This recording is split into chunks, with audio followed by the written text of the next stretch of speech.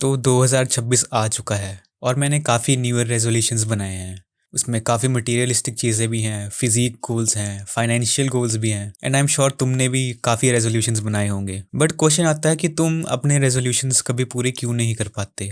तो इसका सबसे पहला मेन रीज़न है कि तुम अपने गोल्स पर एक्शन नहीं लेते। अगर मान लो तुम्हारा गोल है कि तुमने इस साल 10 लाख रुपए कमाने हैं, बट तुम एक बार खुद से पूछो कि मैं वो 10 लाख डिजर्व करने के लिए उतना काम करता हूँ, उतनी एफर्ट्स देता हूँ अपने काम को। और अगर तुम्हारा आंसर नहीं है तो तुम कैसे एक्सपेक्ट करते हो कि तुम्हारी रेजोल्यूशन पूरी हो जाएगी। सिर्फ लिखने से कोई फ़ायदा नहीं। तुम्हारी resolution those are just mere words. एक एक्शन ही है जो तुम और तुम्हारे गोल्स के बीच का डिस्टेंस क्लोज कर सकता है। और अगर तुम उसे ही अवॉइड करते जाओगे, जितने मर्जी रेजोल्यूशन बना लो हर साल, तुम्हारा 2026 भी ऐसे ही जाएगा, फिर 2027 भी, 28 भी।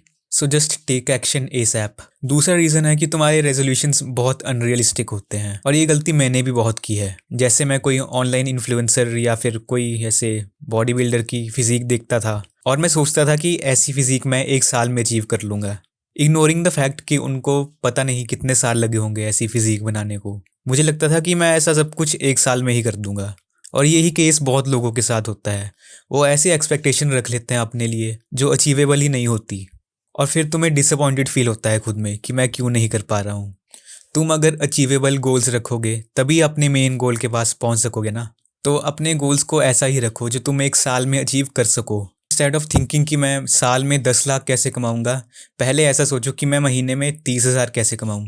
स्टार्ट विद स्मॉल और फिर उसे धीरे धीरे बढ़ाते जाओ। तीसरा रीज़न है कि तुम ना ही डिसिप्लिन्ड हो और ना ही कंसिस्टेंट। तुम मोटिवेशन का वेट करते हो स्ट्राइक होने के लिए और तुम तभी काम करते हो। और इस साल भी ऐसा ही होगा। बहुत लोगों में स्टार्टिंग में बहुत मोटिवेशन होगी, वो मैक्सिमम तुम्हारा 15 या 20 दिन तक लास्ट करेगी, क्योंकि मोटिवेशन टेम्परेरी होती है और उससे तुम्हें लॉन्ग टर्म रिजल्ट्स नहीं मिलेंगे कभी भी। तो अगर तुम्हें कुछ अचीव करना है, डिसिप्लिन रहना सीखो, कंसिस्टेंट रहना सीखो, एक सिस्टम बिल्ड करो कि मुझे ये काम करना ही करना है रोज़।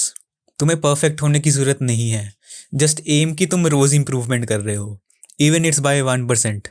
और अपना काम कभी भी अपने मूड के हिसाब से मत करो, क्योंकि ह्यूमन माइंड होता ही ऐसा है, वो हमेशा कंफर्ट की तरफ भागता है।